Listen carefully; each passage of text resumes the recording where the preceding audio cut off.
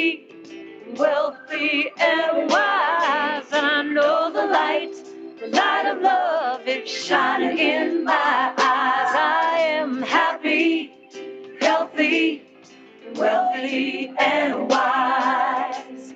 A little birdie told me life is so sweet. As I listen to her song, I know I am complete. I have all the keys to love, joy, and peace. The power is infinite. Love will increase. I am happy, healthy, wealthy, and wise. I'm happy, so healthy, wealthy, and wise. And I know the light of love is shining in my eyes. I am happy, healthy, wealthy, and wise. Every day I'm happy, healthy, wealthy, and wise. Can't you see I'm happy now? So healthy, wealthy, and wise. I'm happy and healthy, wealthy. I am happy, I'm healthy, and wealthy. Oh, I'm wise. I am happy and healthy and wealthy and wise.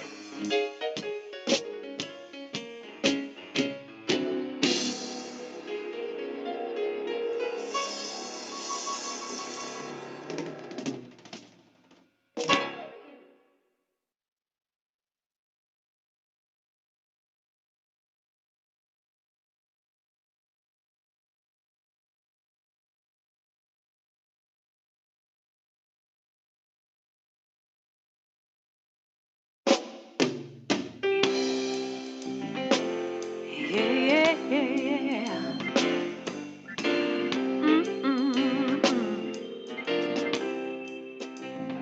I am happy, healthy, wealthy, and wise.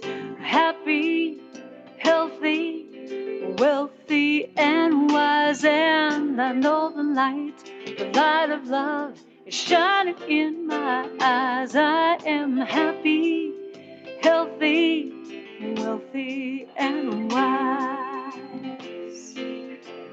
Yes, I am. I am happy, healthy, wealthy, and wise. Happy, healthy, wealthy, and wise. And I know the light of love is shining in my eyes. I am happy, healthy, wealthy, and wise. A little birdie told me life is so sweet. As I listen to her song, I know I am complete. I have all the keys to love, joy, and peace. The power is infinite. Love will increase. I am happy, healthy, wealthy, and wise. I'm happy, healthy, wealthy, and wise. And I know the light of love is shining in my eyes. I am happy, healthy, wealthy, and wise. A little birdie told me life is so sweet. As I listen to her song, I know I am complete. I have all the keys to love, joy, and peace. The power is infinite. Love will increase. I am happy, healthy, wealthy, and wise. I'm happy, so healthy, wealthy, and wise. And I know the light of love is shining in my eyes. I am happy, healthy, wealthy, and wise.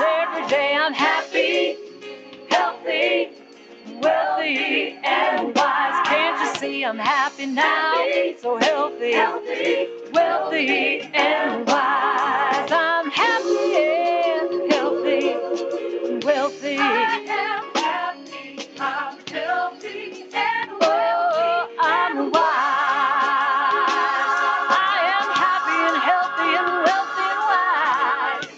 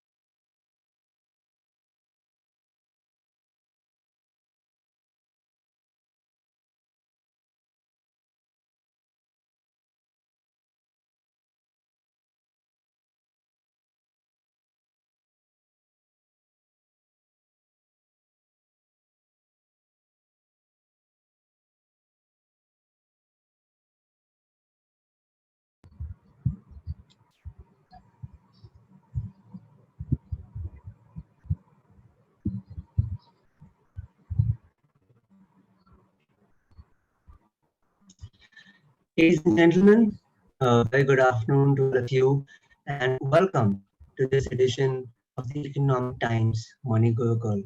Now, looking back, 2020 was a year that will go down as quite a memorable one for all the wrong reasons, to put it mildly. The pandemic ushered in a change in personal mindsets and an overwhelming reformation in the global economic order. The pressures of the pandemic forced people to focus on their finances in 2020 like never before. As the new year dawns on us, perhaps you are resolving to keep up that focus in a new and a more positive way. At the start of every year, most of us resolve to better ourselves on the personal front. But all too often, what happens is that we end up ignoring the financial aspect of our lives. How then, looking forward to this year in prospect, can we resolve to be better prepared for a perfect storm such as the one that 2020 brought upon us all? Now, since I'm addressing all of you, let me be the first to go. The uncertainty of the pandemic has shone a light on the excesses of our lives. Things we might have considered to be necessary are no longer as essential to our well being as we thought they might be. That's one of the silver linings of this godforsaken year gone by, if you want to look at it that way. I think being more careful about our spending, our saving, our investing habits is something we can all do. And that is my personal resolution to not take money for granted, to be wiser with my money, and to make the most of it. By setting clear goals about what I want to accomplish with my finances, I aim to be more mindful of how I'm spending the money that I have at my disposal and how my actions, my choices, my decisions impact my financial goals, its consequences, so to speak.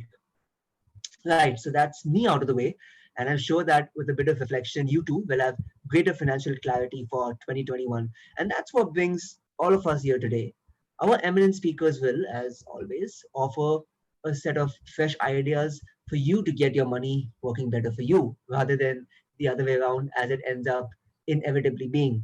Today's discussions, the first of this year's Economic Times Money Gurukul, will revolve around discussions that talk about personal finance, it talks about financial planning and mutual funds, and it will help you get an early head start on planning your financial approach and stealing your resolve to achieving everything you dreamed of in 2021 and, of course, beyond as well.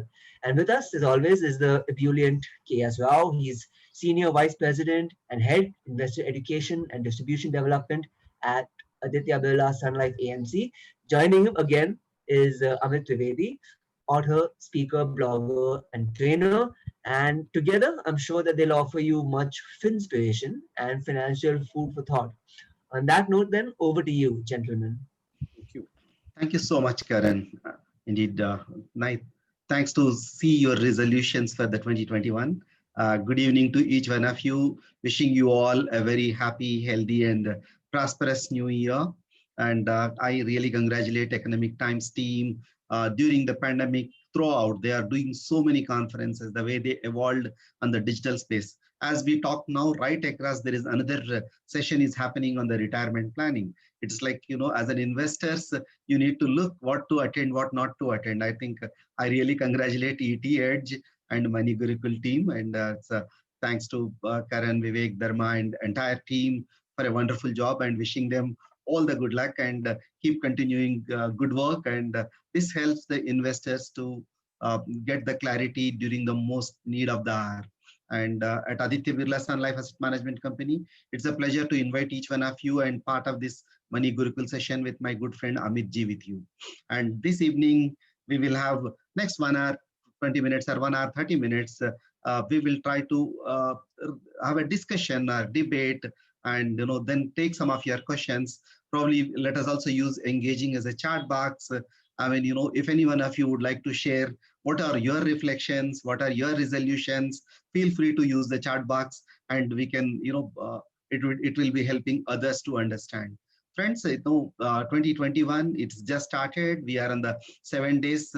We have already passed on, and we had a sigh of relief. 2020 has gone. Finally, 2020 has gone. But 2020 in a cricket we enjoy the most. Last 2020, probably we have not enjoyed. It is always the beginning of the year. We look at reflections, and we also look at resolutions. Reflections is what we have learned in the past, and reflection comes in the two terms. One is in the physics, we call reflections, which is very different, and the spirituality, there is a reflection which is very different. I'll take the spiritual definition of the reflection. Swami Vivekananda used to tell, every year when you are putting your goals, setting your goals, have a look at what you did in the past. He has used nice Sanskrit term called Simhavalokanam. It is a Simhavalokanam is like a line. You need to look at back what went right, what went wrong, but you need to look forward, what has to go right, what can go. Like, while you are driving a car, you are focusing on your, windshield, and then a little bit you are focusing on the rear view mirror. And let us have that rear view mirror, and let us also look at our windshield, what is in store for us. But as we always say, it's a personal finance. Personal finance is different from each one of us. Each of us may be in a different state of mind, state of finances, state of positions. Then we need to take a call. But today with Amit Ji, we will have some conversations which is generic in nature, but anything specific, please use the chat box and Q&A. Thank you so much for in the large numbers participation this evening. I really appreciate you are taking the time on this working day and being here for the resolutions. Hopefully we can resolve, so we can help to somebody help us to get some clarity around.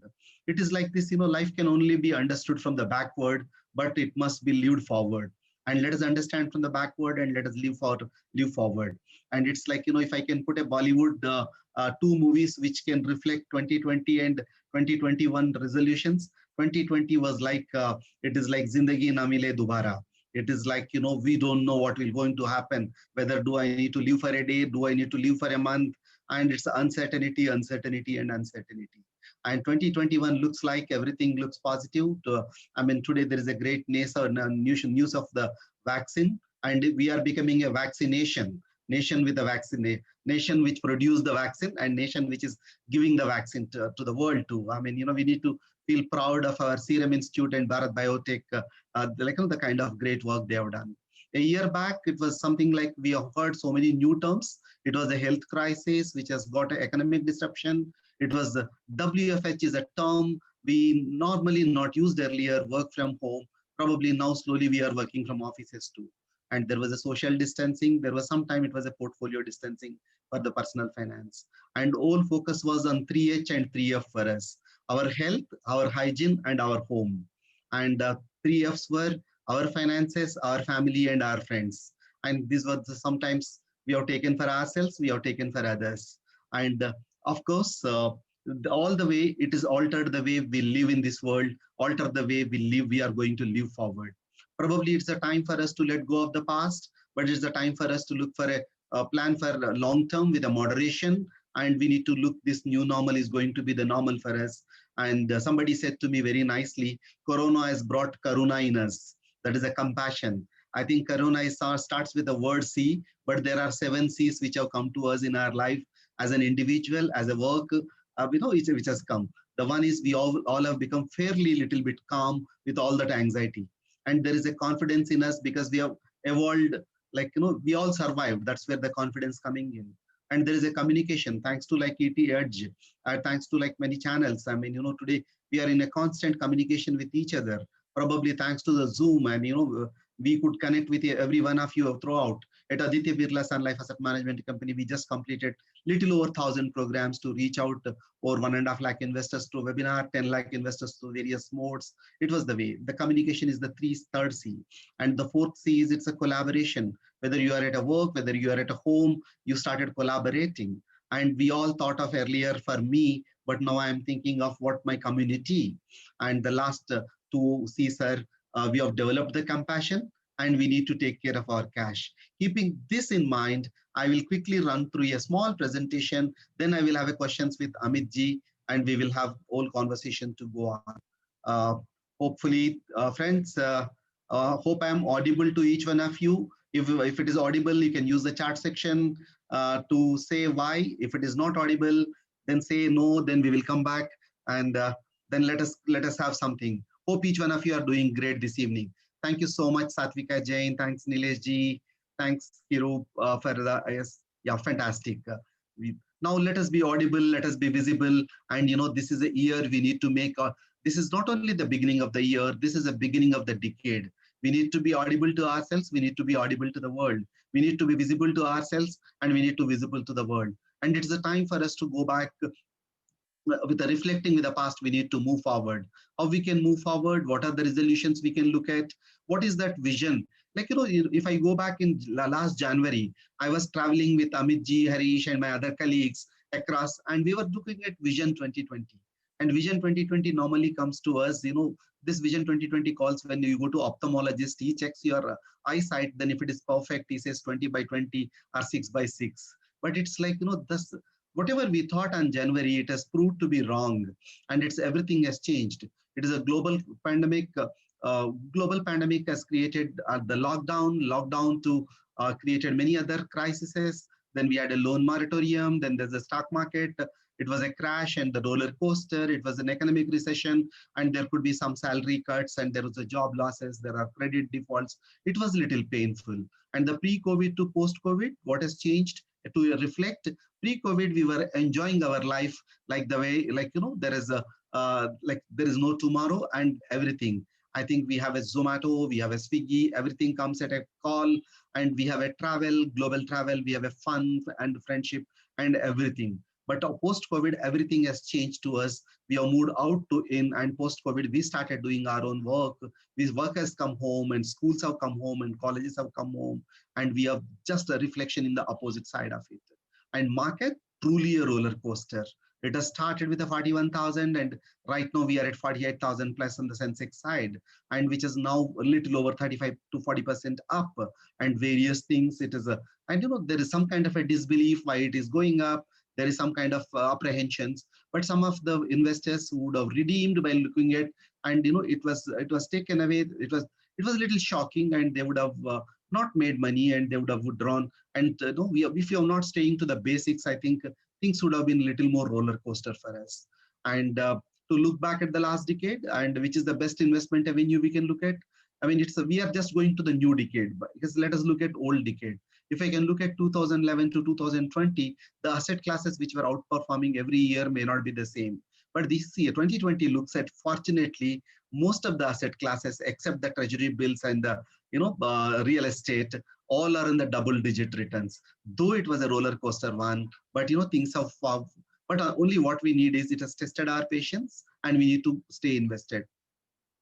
Key learnings for us is always winners always rotate. We need to have an asset allocation, and it's always impossible to predict, and I cannot prepare for something, and I need to stay invested. Best strategy is diversification. Let us look how we can go forward. And it is like nobody had a vision 2020 for vision 2020, and our vision has not gone right. But how we can prepare? The four fundamentals will not change, which we spoke last year, and which is our liquidity position. I think it's a now world is running on the liquidity, but our personal liquidity, you need money at your place, and we need to manage this risks at a very different level, and we need to fund our goals. Goals will not undergo change. Year has changed, the calendar has changed, my goals have not changed. But and then last but not the least, this is a generation. If you are looking at from now to next to 20 years, next 2 decades, in India, the biggest thing will happen is the wealth transfer. And we need to look at our personal finance side, how we are looking our will, estate planning, etc. Let us look at what are the lessons we have learned and how we can get there. And this financial stress of 2020 caused us, it has disrupted our cash flows, and there is a salary cut, there are pay cuts, and there are job losses. Some of the businesses is lost, and there was a debt payment. Your loans, you need to pay the EMI, and sometimes there is a moratorium, and how we can look at, and it has impacted our long-term savings, and it is a uncertainties everywhere.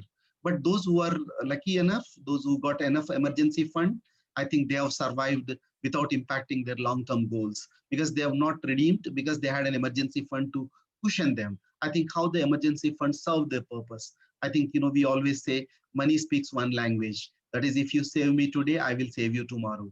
And this is emergency funds is fundamentally makes us to live for the longer, and it will not impact our long-term goals. And which is, I think today we will talk about how emergency fund need to be created.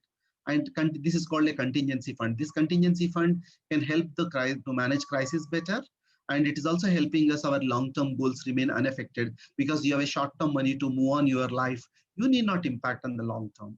And the anxiety-free, EMI payment, I need not worry whatever the payments have to come next 6 months, next 12 months. If I have a contingency fund, I pay for it. I won't look at my other cash flows, so that my other things will settle down in a 6 months to 1 year, then life will be normal. And the immediate needs have been taken care. That's where power of contingency fund. And the diversification, this is the last year is the biggest lesson. I was just looking at in the month of March and April, if I can look at one asset class, gold was doing pretty great and equity is doing pretty bad. And somebody who is at exposure to the gold, maybe all the smiles, and equity, all the cries. But it's all that not matters at the year end. Each of these asset classes have performed very differently. And asset allocation is the key, and diversification is the way that has reduced our risk of the investments, and it has impacted less on our volatility of whole portfolio. And it is like, we don't need to spend much time on spending or monitoring the portfolio. And definitely it has given some kind of it's a peace of mind to us. I think these fundamental principles have safeguarded us. And it's most of us who got right health insurance, even if we are impacted with the COVID, probably it has not impacted our pulse.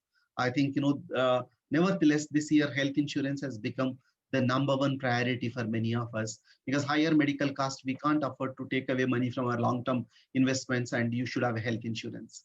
And this is that gives a cash claim benefits, that gives a tax benefit, and it is also taking care of payouts. And then comes, if I am taking the loans, am I borrowed more? Am I borrowed less? Borrowed less, it's a life is happier. Borrowed more, if it is a high interest, it's more painful. I think all of us, we have decided that, we can pay our loans as early as possible so that we can become debt free. And, this is I call DEBT. Whenever you are taking a loan, there is a question to us to give a pause. DEBT is something like, for me, do not enter before thinking. I think, taking a personal loan, other than acquiring the asset, I think taking the loans, we need to think twice. And the panic part during the pandemic time, we have seen some panic redemptions. People like, we have read something, we have heard something, the markets may fall, people have exited. But after that, market is one way, it is going up. And those who stayed back, those who stick to their asset classes, those who stick to their investments, I think they made a lot of money. That has given a true confidence. And let me tell you one thing, during this pandemic period, the entire mutual fund industry, including Aditya Birla Capital, asset management, we have served every investor whatever the redemptions they need, because ease of redemptions was available and money was given to the investors, and investors never had a problem of the liquidity. But somebody has not exited, I think they got a power of compounding through SIP. Staying invested is a mantra, and continuing your SIP is a mantra. I think what is that was the reflection. But what is the resolutions we can look at? Resolutions could be, I think earlier Karan said, what is his resolutions? Each of you may have different resolutions. Creation of your annual and monthly budgets. The budgeting is the most important thing. Very next month, February 1st, our honorable finance minister is going to present her budget for the union government. How many of us make our own budgets? And sticking to those budgets is the most important thing. And we have seen emergency fund is the most important part, and we need to get that right. And if you have not done, we need to do, and we need to enhance our emergency fund. And we need to pay back our debt so that we can be little more debt free, so that psychologically we are comfortable, and that can give a lot of peace of mind. And we need to save for our long-term goals, and turbulence should not make us vulnerable, and we need to do that. And diversifying across the asset class. And last but not the least, check your nominations, do continue, create a will. This could be some of the resolutions which we can look at. I'll tell you my resolutions. What are my resolutions for 2021? I will create and always maintain an emergency fund. In fact, I used to have a 6 months emergency fund. Now I thought, let me have a 1 year emergency fund. I'm only losing interest on that 6 months money, which is lying in the liquid fund extra, but doesn't matter. But I have a 12 months of emergency fund, so that I have an adequate risk I can take. I will ensure, and my family and I are adequately insured. And I have also taken right health insurance. And I think I have multiple, I will think multiple times before taking any loan.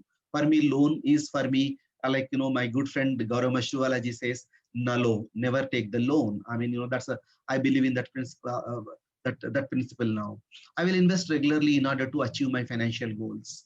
And that's like, my SIPs, my auto mode, my investments will go on. I will stick to a plan would help me to live my life of my choice. And I will take professional help for this purpose, because sometimes I become emotional with my own money. I need an advisor who can guide me and who manages my emotions. And that's where my life is comfortable. With this, I'll say, like, it's always wealth is not his that has it, but it has that enjoys. I think, we are slowly opening up. Part of the money has to be there to enjoy yourself. And let us spend some money for our own experiences and move forward. I wish each one of you happy, healthy, and wealthy 2021. With this, I'll stop, and I'll have Amit Bhai to come on, and we will have series of questions with Amit ji. And we will also take your questions. Please use the chat box. Please use the Q&A. And it's very, it would be pleasure to address each one of your queries as much as possible. And if there is any guidance, what we can do is we can do for you. Thank you so much for your patient hearing to me. Now I invite. Thank you so much, Amit ji, for having you here, and wishing you a wonderful 2021. And congratulations to you for great work, and kudos to the way you have run entire 2020, taking a seminar after the seminar. And it's really, you have done divine work, and glad to be partnering with you. And I think, your infinite support, and it is a, how would you describe the year 2020 for the investors? Probably I'll ask little personal questions a little later.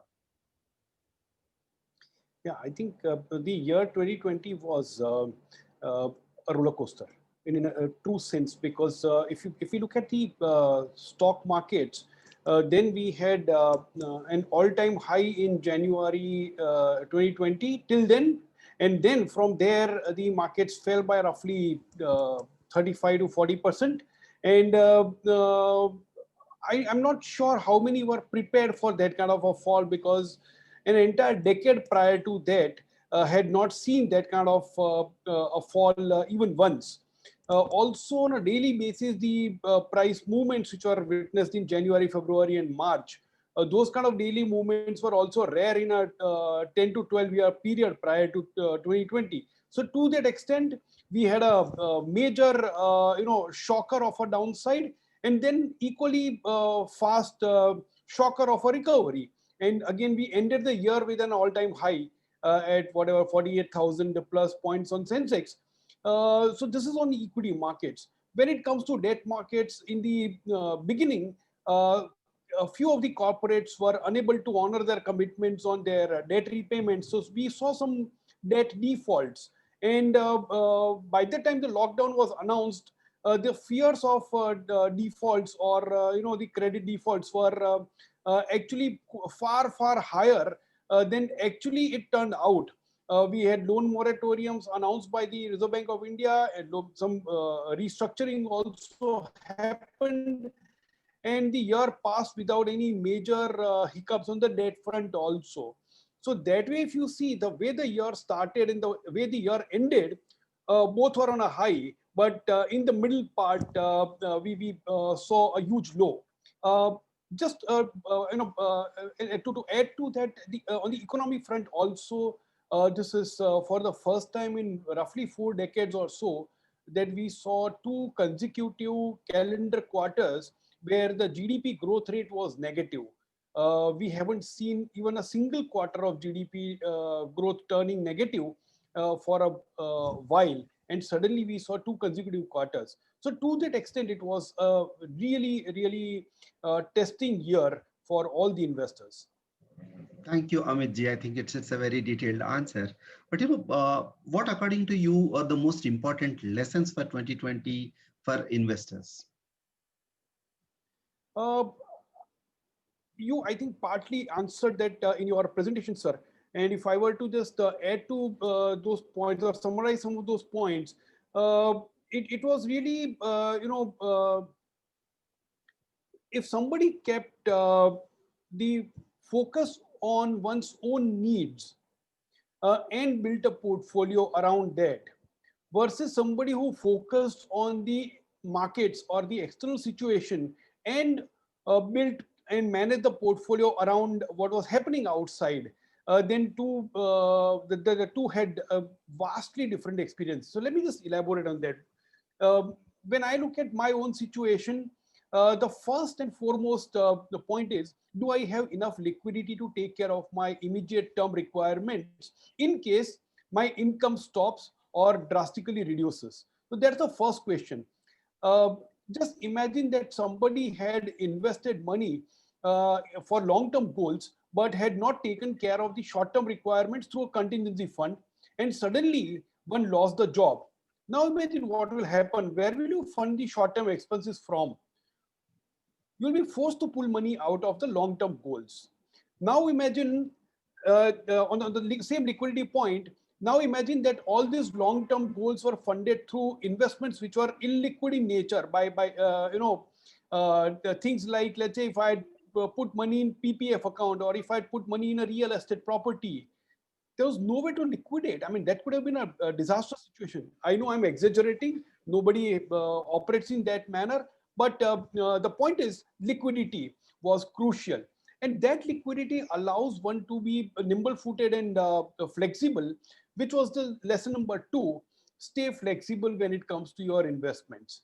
You should be able to exit when you need liquidity, and you need to be able to invest when you got surplus money. So that flexibility is the second lesson that I learned.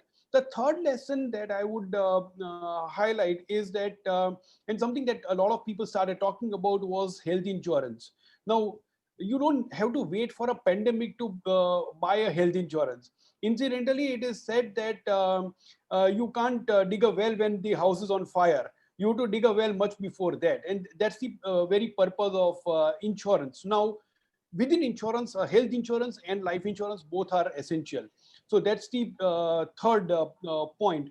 Fourth, invest for your goals, but at the same time, be flexible. The goals also may change. As a popular joke during the year went, the dumbest thing that I did was to buy a 2020 planner. I mean, if I plan for the year, nothing happened as per the plan. And in spite of that, just because there is so much uncertainty around, we got to plan. And that plan must be flexible to take care of various, uncertainties. And for that, another word that you mentioned during your presentation, diversification of your portfolio, was equally critical. These are some of the lessons. But before we move on to the next question, the one last lesson that I would like to highlight, and you discussed, you also have a strategy for that, is that many of us were extremely fortunate to survive this downturn. Many of us were unaffected by the pandemic. Many of us continued to enjoy our work and continue to earn. We are privileged ones. Not everybody is. And in such a case, it's also important to reach out to people who face the difficulties. And that's where humble request to everybody to consider setting aside some money for charitable causes, helping our fellow citizens. It's such a detailed one, Amitji. Just to sum it up, those lessons which you shared, it's to maintain your emergency fund, have a liquidity in place, adequate health and life insurance is a must, stick to your asset allocation, and probably I can put it in our mutual fund language, don't discontinue your SIPs and continue with your SIPs. And as we go forward, you can also contribute to the charity and the community, Sure. and it could be a philanthropy. That's a fantastic, Amitji.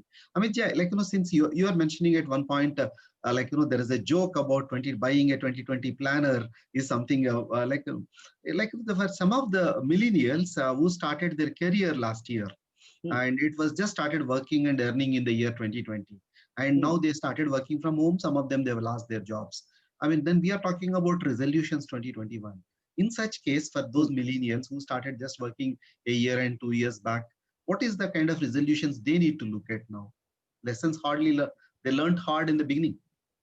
Yeah, sir, fantastic question. I think it's very, very critical and very important. And for somebody who just started earning, for them, the focus has to be on protection of that source of earning, not so much as to the portfolio that one must create, because that would happen over a period of time.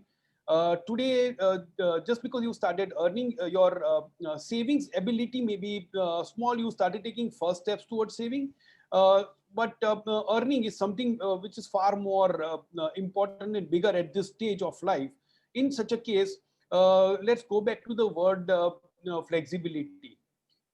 Flexibility in this aspect would be, are you flexible and nimble-footed enough to capture employment opportunities, or are you employable? So focus on acquiring the skills which would ensure that you are employable. I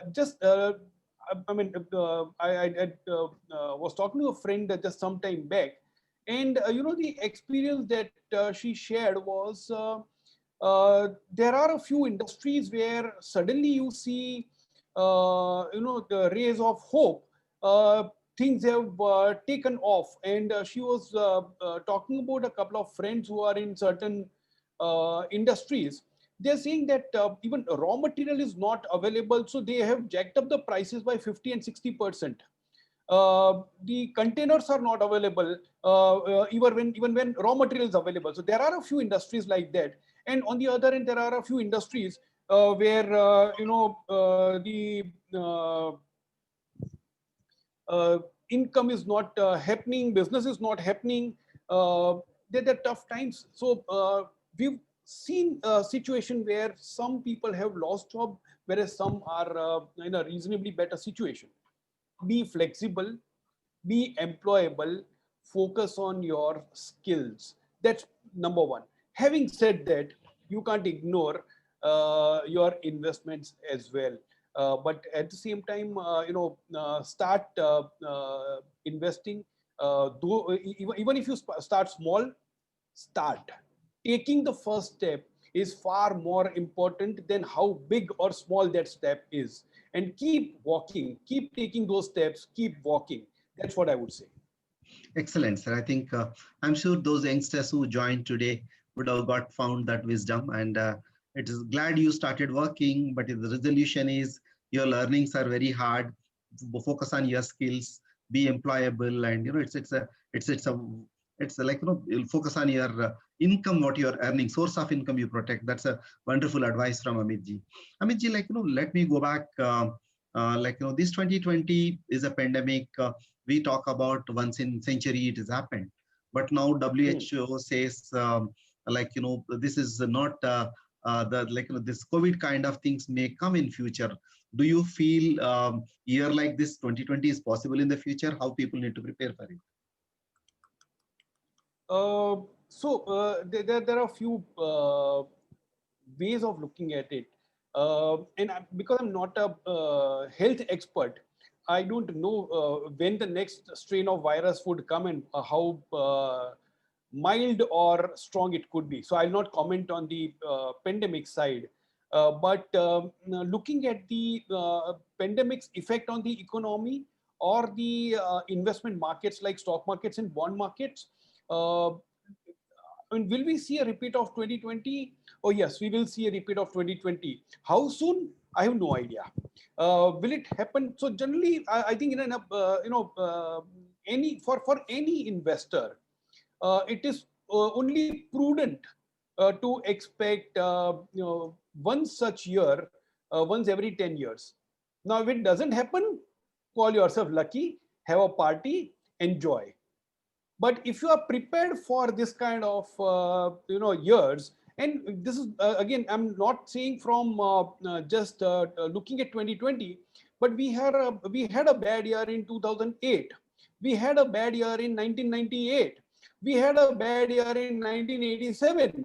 So almost once every decade, or even 1992, 93, we had a bad period. So once every decade, it's better to expect.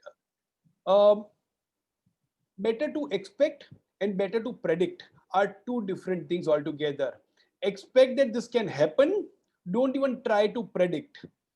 And because you can't predict, prepare to protect yourself and prepare to encash on the opportunity. Fabulous answer. Expect but don't predict, be prepared, and one need to prepare. I think friends, I think that could be a great way to go forward. I mean, since you mentioned about equity market, let me talk to you a little on the equity and prick your brain. We saw there is a huge fall in the equity in the earlier part of the year, which we have shown in the presentation. We had seen that, and you mentioned that, which is sometimes unusual. But from your book, I understand from the roller coaster, its markets are always volatile, and the markets behave the way it is behaving. But the current scenario, this is the first time there is a recession, there is a GDP degrowing, but markets are at all-time high, and every day it is up, except today little. I think it's moderated. I mean, it's at level field. I mean, but how do you suggest? What is that people look at equity as an asset class, and for the long term? I'm talking about this the beginning of the resolutions for not only for 2021, resolutions for 1 decade. If I'm looking at 1 decade as my investment horizon, how you suggest? So first of all, sir, there's an old joke that I'd heard from somebody when I was in college, that somebody went to a beach and wanted to go inside the ocean to swim. But he kept waiting at the beach, and somebody came and asked him that, what are you up to? You said you want to swim, and you're just waiting here. He said, no, I'm waiting for the waves to stop. Only after that, I'll jump in the water. So if you want to swim in the ocean, be ready that there will be waves. Waves are not going to stop.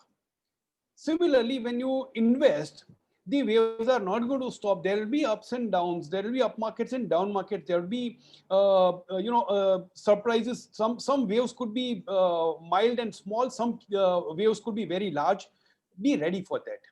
And when you want to jump into an ocean which is relatively calm, which is like your fixed income investment portfolio, then it is easy to float. But when you go into a really risky and dangerous kind of waters, then you need more support, wear floaters, have a lifeguard around, keep all the precautions and actually extra precautions when you get into choppy waters. So depending on what kind of waters you are getting into, or depending on what kind of markets you are investing in, you can build your risk management system, because all the secrets of investment management lie in risk management. A lot of times people look at the upside when they decide to invest. My mantra to start investing is to first try and understand what are the possible downsides, and how can I protect myself whenever some such thing happens. Because once you go in the waters, and when those ups and downs happen, swimming is very enjoyable, it's fun. So it's the same thing applies in investment. If you manage the risk well, the asset delivers the returns that you normally expect from that. This is as far as the risk part is concerned. But how do you decide whether you want to go into calm waters or choppy waters? That entirely depends on what kind of financial goals you have. Depending on your short-term, medium-term, long-term goals, depending on your needs or your dreams, how serious those goals are, or good to have goals, depending on that you may choose what kind of portfolio you want to invest in. And in order to do all these exercise, if you are really learned, you may want to do it yourself, but otherwise for almost everybody, it's better to go to a competent professional to take help, guidance, second opinion, whatever you want to call it. Fabulous. I think here I'll take, since you are mentioning about the risks, I have two questions into one. One, most of the investors today, like for example, I don't know what is my risk profile. Is there is a methodology one need to check himself, first part. And second part of the question is mutual funds on their each of the schemes, there is a riskometer. How I need to understand my risk, how I need to match with the riskometer. Can you suggest something? No, wonderful, sir. So, let me just take the first part of the question first. Is there a simple method of assessing my own risk profile?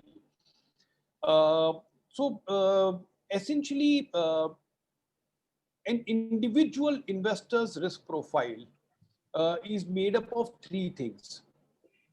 So the risk can be broken, or rather the how much risk should be there in the portfolio. Three questions can be need to be answered. Question number one: do I need to take risk? Now, this need to take risk comes from a very simple sort of a thumb rule. If I need investment returns which are higher than what I can get from the safest of the investments, then I need to take risk. So take, for example, the 1 month bank deposit or a 3-month bank deposit, whatever I'm getting, consider that as among the safe avenues. So getting almost negligible risk. If I can achieve my goals with that kind of return, then I don't need to take risk.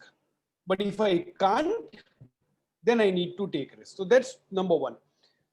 The bigger the gap, higher is my need to take risk. And how do I know how much risk I need to take? How much return I need to earn?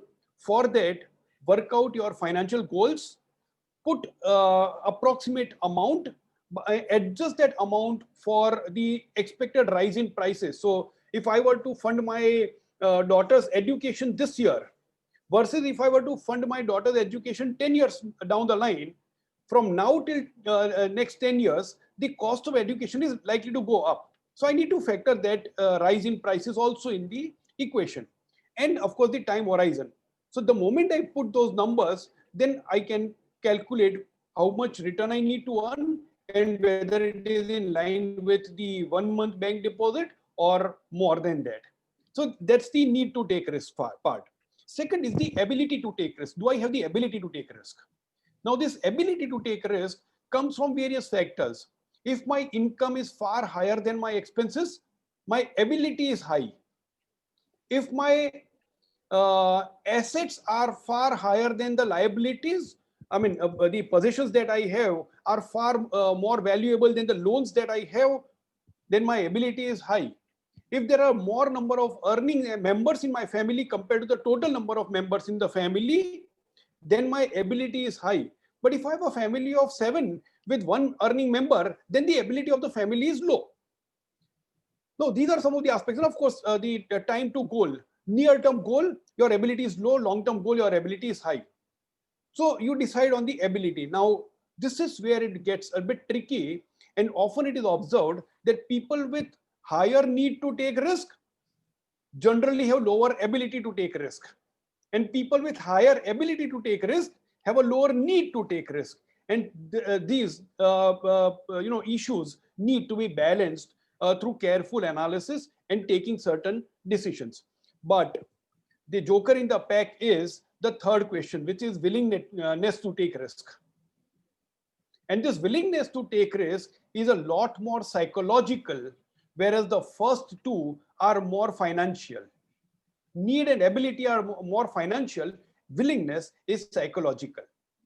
And very often, in the absence of a written plan and a solid, good advisor, the mind has the ability to sway from one end to the other. And it's not about any retail investor or a small investor. In the Mahabharata, the biggest warrior of his times, Arjun, also, his mind swayed, and he needed Lord Krishna to give him the Upadesh of Bhagavad Gita right in the middle of the battleground. So the mind is very wavering, and to that extent, that willingness is fickle. So the protection against that is a good plan and a written plan and a good advisor, a combination of the two. So these three questions, need, ability, and willingness combined, tell me how I construct my portfolio. So though you ask for an easy formula, this is as simple as it can get. It's simple, but not easy. But that's number one. Number two, the second part that you said, mutual funds riskometer. Now, this riskometer is a brilliant step taken by SEBI that each mutual fund needs to highlight what is the risk associated with that individual scheme. That actually tells the investor the level of risk. So it is a single scale from low risk to high risk, and there are 6 or 7 different levels of risk within that riskometer. So you can do a comparison. My suggestion to everybody would be to start with the category of schemes, and within that category, look at the riskometer. Okay, so let's say there is a large cap equity mutual fund category. Within that, some could be at a riskometer level 4 and some could be at riskometer level 5. Look at that comparison. But if you simply look at one, a mid-cap equity fund and compare that with a liquid mutual fund, then obviously that's an unfair and inappropriate comparison. So look at within the category, look at the riskometer. Fantastic, sir. Thank you so much for such a detailed answer. And friends, I think riskometer is a wonderful tool. And as Amit says, you assess your risk, whether your need, your ability, and your willingness. Art of risk management lies in RPART. Either you can avoid the risk, or you can reduce the risk, or you can transfer the risk. Probably we can minimize the risk, mitigate the risk, but diversification is a tool which we can use it sometimes. And some of you would like to get these sessions, you can visit our website where we have clarified many of these things. And you can also free download some of those books which are available there. And I'll move next to this Samitji. like 2021, now asset prices, right now, all asset prices looks at all-time high, and Sure. many of the assets. And people always looks like, they want to be safer than being sorry. And when I get a lot of questions, what is my safe investment avenue now? Unfortunate part is the safe investment avenues will give sub 5% returns. Sure. Now, what you advise at this point of time in terms of asset allocation, in terms of mind change, in terms of your one of the answers you said is enhancing, expanding the ability to take the risk. If we are not enhancing or expanding our ability to take the risk, biggest risk we may be taking, because our assets may not be growing, wealth may not get created. Yeah, so these are really challenging times because, as you rightly mentioned, many of the assets are quoting at all-time highs, and on the other hand, interest rates are at extremely low levels. So, if I do not want to take risk, where do I go? So let's just address that part of taking risk or not taking risk. Incidentally, uh, the three risks that we need to worry about while I mean, and I'm taking about broad categories of risk. The three risks that an investor needs to worry about are: risk number one is the price fluctuation, when the prices of various investments go up and down. The second risk is the credit risk or default risk, when I've given the money to somebody and I do not get the money back in time as per the promise, or I get it after a while. So either I don't get it at all or I get with a delay. So that's the risk of credit or default. And the third risk is the risk of liquidity, that the money is locked in. The money is safe, it is growing, but I can't touch that. Okay, so that happens in, let's take for example PPF. If I put my money in PPF and I want to withdraw after 3 years, I can't, because that's the operational feature of that product, although the money is absolutely safe. So liquidity, credit, and price fluctuation, these are the three risks. Now the question really is, if I want to avoid all the three risks, I do not want to take any of these three risks, where do I keep my money? The only place that I can keep my money by 100% avoiding all the three risks is by keeping money at home under the carpet. That's the only place, because I have not given money to anybody, so there is no question of credit. The price will not fluctuate, because a 100 rupee note is a 100 rupee note is a 100 rupee note. That doesn't change. And liquidity, oh, anytime I want, I just put my hand in the carpet and pull out the money. So that's 100% liquidity. But 100% liquid, zero credit risk, zero risk of price fluctuation. What return do I get? Zero. Incidentally, the inflation or rise in prices erodes the purchasing power of that money which is lying at home. So I'm actually losing value, losing the purchasing power of that money. Which means if I want to avoid the first three risks, I have to necessarily take the fourth risk, which is inflation, losing the purchasing power of the money. And from that point of view, one has to take a decision. Can I avoid risk altogether? No, you can't. And when you can't avoid the risk altogether, you have to choose which risk you want to take and how much. And from that point of view, now look at various investments and assess them in terms of these risks. And that's where what you said is absolutely right. Not taking the risk is often the biggest risk that somebody may be taking. So let's now look at where do I invest? I would once again go back to the basics. The price volatility or price fluctuation is a huge risk in the short run. But over a longer period, that risk tends to reduce.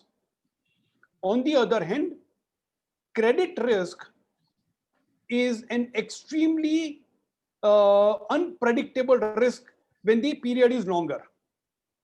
So so let's say if you lend me money for 1 day, you're sure that I'll return that money. But if you lend me money for 20 years, you don't know where both of us would be 20 years later.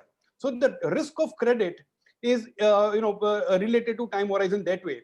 But the bigger problem is risk of inflation. In the short run, that risk of inflation is negligible.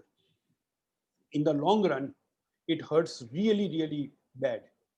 And with that, you need to allocate your money short-term requirements, don't worry about risk of inflation. Don't worry too much about risk of credit. Long-term, don't worry too much about risk of volatility, but worry too much about risk of inflation. And from that point of view, define your goals in terms of timelines. For all your short-term goals, keep your money in liquid funds and bank deposits. For your medium-term requirements, keep your money in debt funds and maybe medium-term bank deposits if you are very risk averse. If your goals are long-term, then get into hybrid funds and equity mutual funds. That's how I would suggest. At the same time, going forward, and I'm making a very bold statement right now, going forward, please consider that 7 to 10% is a very good long-term rate of return, simply because the inflation has come down.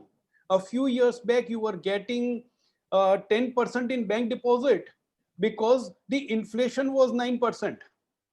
Today, the inflation is 3%, you are getting 4% in bank deposit. So net of inflation, you are still making 1% positive. If you are expecting 20% return, then you are setting yourself for a major disappointment. That's a wonderful advice. I think, keeping your expectations low is a great thing to happen. Resetting our expectations is fantastic. And take your risk to the extent you are not taking the risk for your entire portfolio. Part of the portfolio is getting into the risk assets so that it creates a wealth to you. For example, part of my money which is going to the contingency fund, there is hardly any risk at all. And there is some money which I'm keeping for 2 to 3 years, hardly I'm taking any risk. As I'm spreading 3 to 5 years investment horizon, there is a risk moderately. And as I'm going 5 years and above, it's a higher risk I'm taking it. I think it is like, over a period of time, this longer term risk, though it looks risky, that creates a wealth for you. But Amitji, there is one challenge. We spoke about millennials, and I'll talk to you about the retirees. Looking at 2020, which was a very challenging year, and in the beginning of 2020, even if the bank deposit they have, they are getting a reasonably good annual interest. Today, that has been come down drastically, and today even 1 year deposit comes at 5% to them. And how do you suggest them to change the strategy? And it's also very difficult for the mindset because they can't see the portfolio and negative returns. And but they need to look, their portfolio is intact, they're getting the regular income. And what is that you suggest to them? So first of all, as you rightly mentioned, the interest rates have come down. A lot of people are not comfortable seeing losses on the portfolio. So on one end, the safe investments pay less interest, and risk is something that I'm not comfortable with. So where do I go? It's a huge dilemma. But while this dilemma may be applicable in case of youngsters, middle-aged, and seniors, similarly, the issue is really people who are starting that career. They have a long period when they can earn and save, whereas for people who are retired, they've accumulated all through their life and they are now eating out of that portfolio. So to that extent, the situation is marginally different in both these cases. Having said that, the retired people, first of all, keep the expectations low. Interest rates are going to remain where they are, considering that there is so much liquidity available globally, not just in India. Just yesterday, a friend who is a financial advisor had sent me a message saying one of the European countries, I think it was Sweden, 20-year home loans are available at 0% interest. Okay, so you are only paying the principal back. Can we see that kind of a situation in India? But I would like to, I would hope that that doesn't become a reality, because if home loans become zero, then bank FDs would be negative. So to that extent, I'm saying be ready that interest rates may remain on the lower side. But because inflation is also on a lower side, your costs are not rising. And to that extent, whatever you are earning is still on the positive side. The problem will happen if you are spending more than what you are earning out of your investment portfolio. So if you are eating out of capital, that would become a problem. Check your expenses is number two. So first is minimize your reduce your expectations. Second, control your expenses. And number three, just because the investment returns have come down, be extra careful.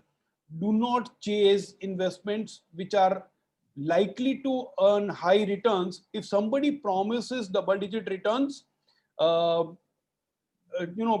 check multiple number of times before you pull out your checkbook. Before you sign your check, think 10 more times. But it's better to lose an opportunity to earn than to lose the capital, because opportunity lost once comes back. Capital lost once may not come back, especially for the retired people. So keep your expectations low, check your expenses, and don't get swayed by promise of higher returns. Yeah, thank you so much, Amitji. It's a fantastic advice for the retirees. Friends, not only apart from what Amitji said is today in terms in the greed to get little more. In the last few days, I heard so many things which are coming in. Please be careful while you are investing. Check whether wherever you are putting, whether it is have a regulator and it is regulated, and then you can take those calculated risks, but don't get fall prey to any of those conspiracies or those frauds which are happening. Probably we may have separate session on the digital financial literacy as we go forward. And Amitji, I'll just come back to you on the next one. Next question is, it is not the managing money, it's not the investing money. It is also a behavioral change which is required now. And what kind of behavioral changes do you think it is necessary in 2021 and going forward for managing our personal finance? So there are actually, when it comes to the human behavior, there are a few things that we can control, and there are a few things which are, difficult to control. I am, since I'm not a psychologist or, psychiatrist, I don't really want to get into that subject too deeply, but whatever little I know about investor psychology, a few things do really work. Now, number one is a written plan or a written document. Whatever is written is often followed, and if it is not followed, it can be verified whether it be followed or not. But if something is not followed, something is not written and only remembered, then our memory is not so reliable. We tend to change facts also if only things are memorized, and instead of what I thought I would do, I would say what I wished I should have done. I mean, that's the kind of fickleness of the mind. So write down the decisions is number one. Number two, take help. Take help of professionals. There is nothing wrong in taking help. And I'm talking from personal experience. In spite of being in the securities markets for 25 years, I invest with the help of an advisor.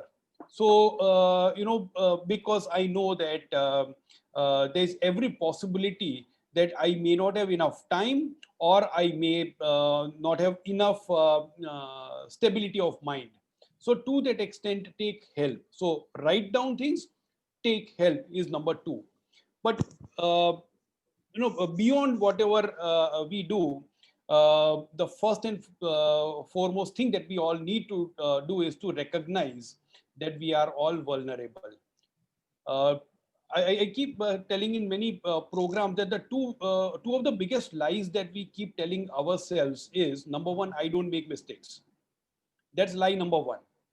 And lie number two is, I don't repeat mistakes.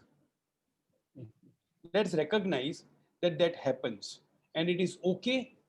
It's okay to be emotional. It is okay to make mistakes. It is human to make mistakes. And to that extent, We have to only try and recognize that we make mistakes, and then write down the way we are investing, take help of people who can really stop us making mistakes. Yeah, thank you so much, Amitji. Friends, I think before I go to next questions, I think winding up questions with Amitji, you can use Q&A and chat box for your questions. We will try to answer as many questions as possible. I hope you are finding very interesting and some learnings out of it. Amitji, I'll just come back to you. The next question, it's like, this pandemic, what is that you learned? What is one lesson you learned during that, which you would like to share? The first lesson that I learned was, and we just talked about human behavior. When the lockdown was announced, the day the lockdown was announced, I was scared, completely scared, because there was no precedence of a lockdown, and I did not know what can happen and what will happen. So it's okay to be scared. Everybody might have gone through different emotions. But then what do you do in such a case? In such a case, you talk to people who are senior to you, whom you consider wiser than you. Just vent out your frustration, your feelings, take their opinion, contemplate on that opinion, process that information, and then take decisions. So that's one lesson that I learned. Number two was, also got a few calls from some of the financial advisors where in a couple of cases it was very disturbing that somebody asked this financial advisor that because the loan moratorium is available, should I avail that loan moratorium and invest that money in stock markets instead of paying the EMI? No, that was getting too greedy, in fact, because the moratorium was available for people who were in a financially stressful situation, not for somebody who did not have the stress. So people who had money to pay the EMI, if they get greedy, I think that's an abuse of the system. This is another thing that I learned. So one way, we were seeing stress all over, and somebody was trying to, and again, I'm using a strong word, but abuse the facility which was given. But at the same time, I also came across a few people who started doing a lot of charity work because they thought that they were in a better situation than many fellow citizens, and what I learned, a big lesson that I learned was when there is a stressed situation, uh, either an angel would come out of you or a devil will come out of you. Check who comes out and decide what you want to do with it. Yeah, thank you, Amit. I mean, this is the last question before I go for the questions from the attendees. This question is, what is the common one mistake you observe? Most of us will do it because, committed in 2020 and which we can avoid in 2021. Was there any specific mistake with respect to 2020? No, I don't think so. I think there was a backlog of the times that we've seen earlier, where especially in the stock markets, there was not much volatility visible. And in the debt markets, not much credit defaults were visible. So over a period of time, when we don't see a particular risk, we start believing that something has changed and those risks have gone away. Okay. So a lot of people were not expecting a huge market crash between January and March. A lot of people were uncomfortable when the credit defaults happened between 2018 and 2020. Getting used to a short-term trend is one big mistake that we make. But please remember, the very nature of stock markets is to be volatile. The very nature of debt markets is that there could be credit risk involved. The very nature of real estate market is that for long periods, you may not be able to sell your property. This is inherent nature. Never forget that inherent nature of that investment. So this is one mistake that I would request everybody to avoid. Okay. Now, thank you so much for all that patient answering. I move to the audience questions. First question coming to you from Ms. Satvika Jain. I mean, if a person is not very financially literate or highly literate, or and wants to invest with a taking moderate risk, which is better? Whether it was somebody need to invest in mutual funds or somebody need to invest in index funds? Okay, so first of all, thanks for this question, because if you are not so literate and if you are acknowledging, that's a wonderful first step that you've taken. In the words of Warren Buffett, he says the moment dumb money recognizes that it is dumb, it ceases to remain dumb.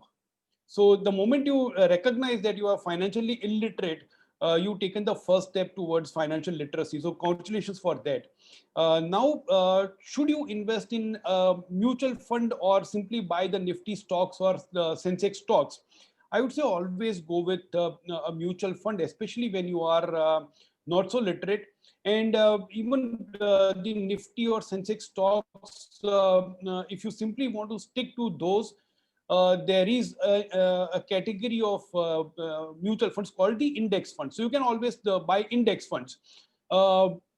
Within the other categories of funds, which is known as the actively managed funds, there is a fund manager who builds a portfolio, constructs a portfolio by buying various stocks and attempts to beat the index. So the attempt is to generate better than index returns.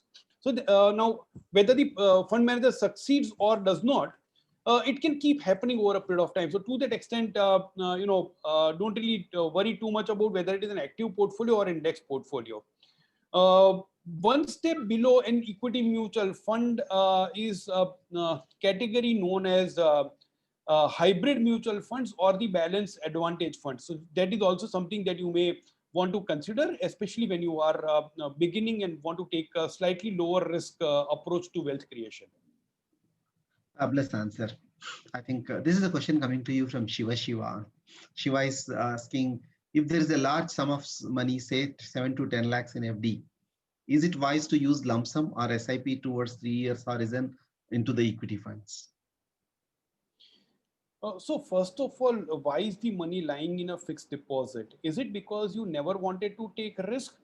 And that's why, and your purpose was achievable with fixed deposits? Then in that case, shifting all the money from fixed deposit to equity, please understand that you are changing the risk profile of your portfolio drastically. However, if the objective was to shift anyway into equity at some point in time, I would say spreading the shift over a period of time, which is also called the SIP, systematic investment plan. Do it over a period of time. You never know what can happen in the short run, whether the markets would go up or go down. That's unpredictable. So to that extent, when you keep investing, you benefit out of what is in the mutual fund terminology known as rupee cost averaging, which is nothing but buying more units when the NAV is low and buying fewer units when the NAV is high. So essentially your average cost keeps coming down. Lump sum investing requires you to know which is the better time of entry and which is the better time of exit. And that's almost an impossibility. So to that extent, I would simply suggest do an SIP. Thank you, sir. I think, there are audience, I request you to put your questions on Q&A and chat. And Amit ji, next question to you is, what do we do about our non-performing mutual funds? What I mean is Mr. Menon. I mean, I invested in ELSS 5 years back when it was newly launched with rupees 19 as NAV. It never really reached the potential that we expected. Only kept on decreasing, eventually went down to 14 in the lockdown. Today, market is up, but NAV is only 20 highest. Should I let go of the units and invest in a better performing fund? Okay, so I don't know which specific because ELSS could have a large cap or a mid cap or a small cap portfolio. There's no restriction on that. So to that extent, it is quite possible that the fund manager might have taken certain calls, and those calls may not have worked as per the fund manager's expectation. Now, but before that, let's say your question is the scheme never performed as per your expectation. And if you had invested 5 years back in 2015 and that 19 has only become 20 right now, the first question is it a dividend plan of the mutual fund or growth plan of the mutual fund? Because if there's a dividend plan and the scheme has paid you dividends, then there is quite a possibility that 19 might have become 20 and you would have taken away the dividends. So to that extent, add those dividends in calculating the return. So this is number one. But if it is a growth option, check and maybe try to understand why the scheme has not performed. Did they really take some wrong calls, or is there something which is you're not comfortable with in the portfolio? There's a lot that needs to be done when while taking the decision of exiting a mutual fund. Primarily, check the reasons why you bought into that scheme in the beginning. What were the reasons? Why did you enter into that scheme?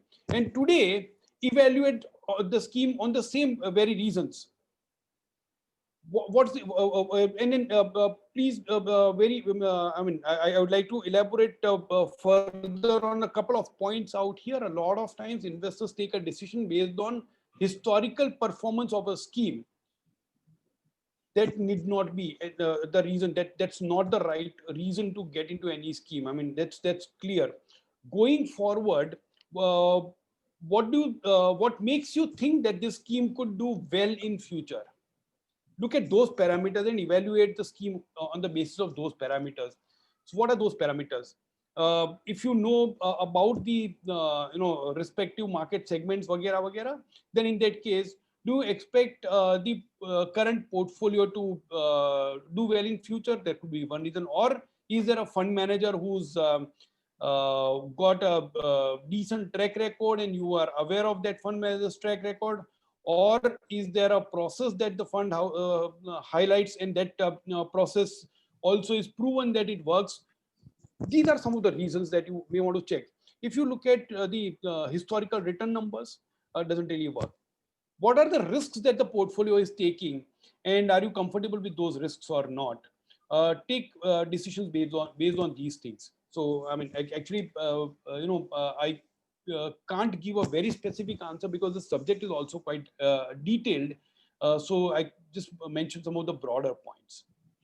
Thank you, Amit. And this question to you again.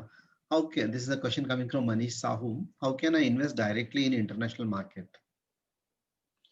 I'll also explain on international funds. Yeah, so I'll add that point. So first of all, why do you want to invest directly in international markets? When you invest your money anywhere, you should have the ability to understand what you are getting into. If you really know what you are getting into, then the chances are that this question may not have come at all, because then you would have done this much research also. There are a few stock brokers who are offering this facility as we speak to buy international stocks. That's available. It's not available, but it's just that are you really sure that you want to get into that? Is my question. A better alternative would be to consider investing in some of the mutual funds which invest internationally. These are called the international mutual funds. Many fund houses have these schemes, and you may want to evaluate those schemes and take benefit of those. Even within that, there are varieties. So international also is often talked about as a category. But there are schemes which invest in the US stocks. There are schemes that invest in emerging markets, Asian markets, China, Japan, there are European market related funds, etc., etc. So you may want to evaluate within international also which kind of exposure that you are seeking. Thank you so much for such a detailed answer. Here is one question, any thumb rules that an investor should keep in mind while investing, while planning their investments? Thumb rules with respect to, first of all, I'm not really sure about what kind of thumb rules may really work, but I would rather that remember some of the steps or some process that you may want to remember, and always when you're investing, invest for a goal. Know why you are investing. Okay, and that's a financial goal. Now, what is a financial goal? A financial goal has two critical elements. Number one, how much money are you going to need? And number two, when. So how much and when, if you can define these two, then your goal is defined, and then you can work backwards to figure out how do you invest. So that's according to me. If I were to say thumb rule, yeah, I don't know whether that thumb rule is the right word or not. That's number one. Number two, when you are investing for your long-term goals, you got to take care of your short-term and medium-term requirements also. And for that purpose, so because you are investing for long-term, you need to have the ability to stay invested for long, and that's why you need to take care of the short and medium term. And for that, don't expose your short and medium term investments to extremely volatile asset like an equity or an less liquid asset like real estate. Your short and medium term need to be in liquid funds and debt mutual funds. And if it's a question of personal finance, then even before the short-term needs comes your contingency fund, which is more about risk management against job loss or income loss, and health and life insurance, which again is a risk management. So I don't know about a thumb rule, but I would start with around roughly 3 months, 6 months, or 12 months kind of expenses to be kept in a liquid fund as an emergency or contingency. I'll buy adequate health insurance, I'll buy adequate life insurance, then I'll take care of my short-term needs through liquid funds, medium-term needs through debt funds, and then long-term through equity and hybrid funds. That's how I would go. Oh, thank you so much. It's much more detailed. Here is a question coming from Satya Bharadwaj Mailevarapu. And question is, I regret I didn't start investing at the age of 23 and I missed the many years of compound interest. Now I am 34. Is there a way to compensate? Sir, Warren Buffett has said something as an answer to this question. So I'm only borrowing from the greatest investor that the world has seen, one of the greatest. He said the best time to plant a tree was 20 years back, and the next best time is today. So, Mr. Bharadwaj, I would say that, when you started earning, that was probably the best time to start accumulating. Is there a way to compensate? The time has gone. I don't know how that can be compensated for, but the best way to compensate is to start today, and as much as you can invest. Stay invested for long period. The real benefit of compounding kicks in the later years, not immediately. The same Mr. Warren Buffett, 99% of his current wealth came after he crossed 50 years of age, and today is around 90 years. So best time is today. Incidentally, Mr. Bharadwaj is just 34, and now we all expected to live much longer.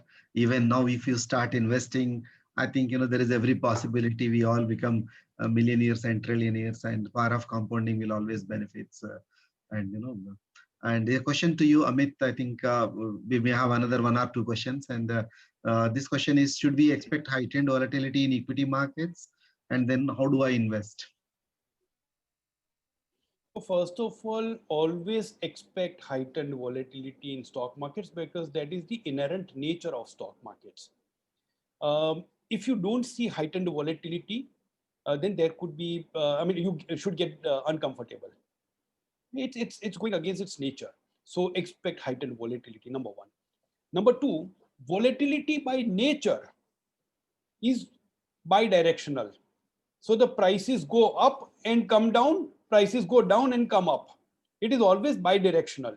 And whatever is bidirectional, it is always difficult to predict. See, if the prices were only unidirectionally going up, then all you need to do is buy and wait. If the prices are unidirectionally going down, all you need to do is sell and wait to buy back at a later date. But because the prices keep going up and down, you can't really do this kind of timing. What do you do in such a case? Well, volatility, I've said some time back, is a huge risk. It poses a huge risk in the short run, but over a longer period, the risk comes down, not because you waited long, but because the company whose stock that you are evaluating, the company earns money, company generates sales, and out of that sales, it earns profits. And that profit, again, part of the profit is reinvested back in the business and the company grows further. So long as the company is able to continue generating profits, increasing profits, reinvesting that profits, the company would grow. And as the company grows, the stock price would follow.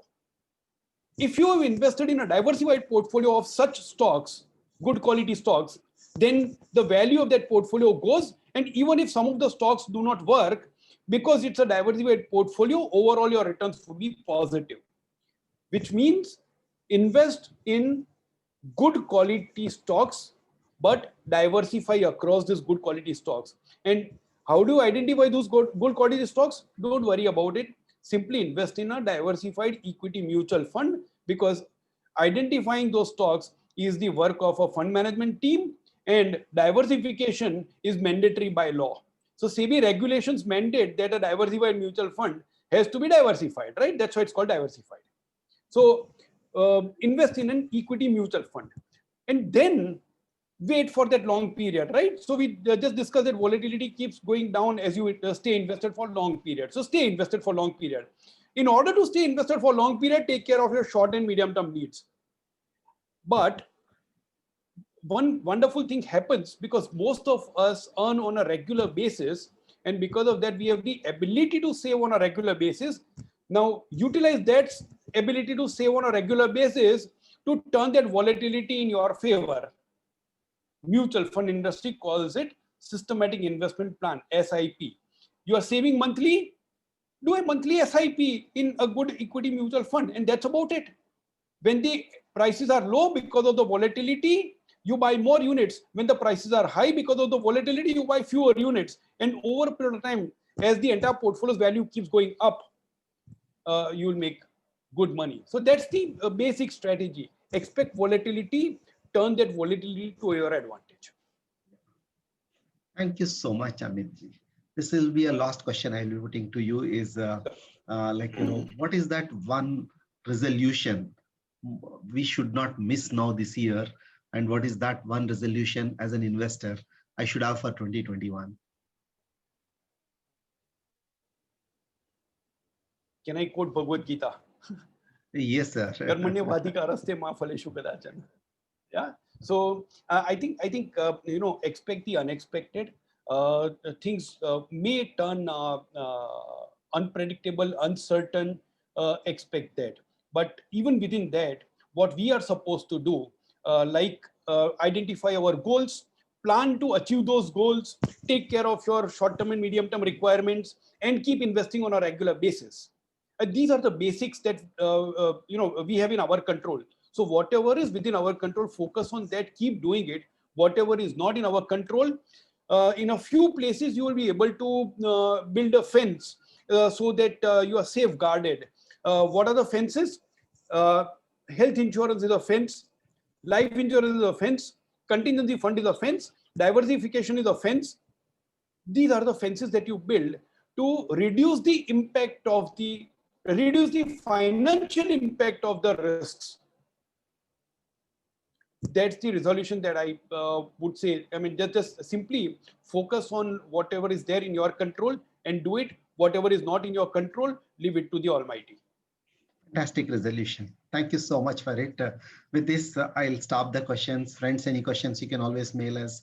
We can look forward. Indeed, we thank Economic Times for giving this opportunity. But before I summing it up, I'll just take few of the learnings which we have.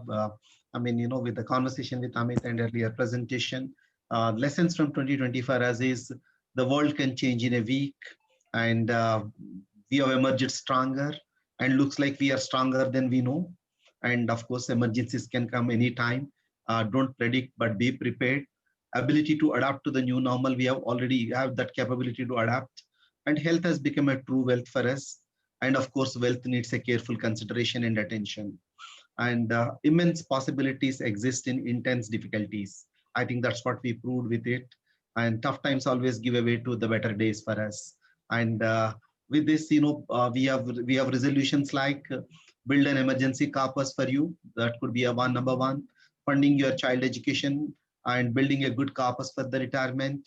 Buying a dream house or saving on taxes and making the family to feel safe. That is to get a right insurance, and having an health insurance could be another resolution, and enhancing our monthly savings and means, you know, minimizing our spending, which is Amit ji said at the end, and that could be another resolution. Clearing of the debt as early as possible could be another resolution we all can look at, and feeling of being fully in control of personal finance life is the most important resolutions we can look at. And with these resolutions, these are not a new year resolutions, these are the resolutions for 2021. New year resolutions, what exactly happens is it will go off it will stay with you as long as year is new. It will go off once year is not new, because by 7th of January you are thinking of this, by 15th of January you forget it, and 20th of January you go to the new normal or old normal. And let us not do that. And at one place Amit ji said, have a written goals, take a vote, take a commitment. This weekend you spend time with your family, write those goals, stick to those goals, adapt to those goals, and keep working on those goals. I think 2020 could be a year of survival, and let 2021 can be a year of thriving. And mutual funds, always I say it's a sahi hai, but now mutual funds are saral hai. You can just get a click of button, you can always invest and streamline your personal finance to the extent. We come back to you with the edge again in Money Gurukul again, sometime in the month of February, soon after the budget. I mean, one is to understand the decoding the budget. Second is to understand and how we can save our taxes for the current year, as well as how we can plan for the taxes for the next year. With this, I'll stop. And always it's like, you know, ending 2020 is we need to clear the old, and starting 2021 is we need to create the new. That new creation can be our healthy, wealthy, and happy life. Wishing you, your loved ones, a wonderful new year. And for me, whenever I see on my screen this edge, I always get an edge of asset allocation, EDGE. That is your asset allocation should go to first E calls equity, second D calls debt, G is a gold part of it, and last E can be a real estate. And keep the edge by right asset allocation. And thanks Amit ji for this joining us. And Vivek, thank you, and everyone. Wishing you a wonderful new year, and God bless you all. Stay safe, stay healthy, stay wealthy. Over to Vivek or someone from Economic Times. Otherwise, we will sign off. God bless you all. Thank you so much. Thank you. Mr. Dharma, we can exit, or what is that? Yes, Vivek. Rao sir, thank you so much, Amitji. Thank you. Thank you. Thank you so much, and looking forward for a wonderful next sessions, and wishing you all wonderful 2021. Thanks to the patient audience who stayed back till end, and some questions we would not have addressed, but we look forward to, as you can write to us and we can always connect. God bless, and thank you so much. See you, Amit. Thank you.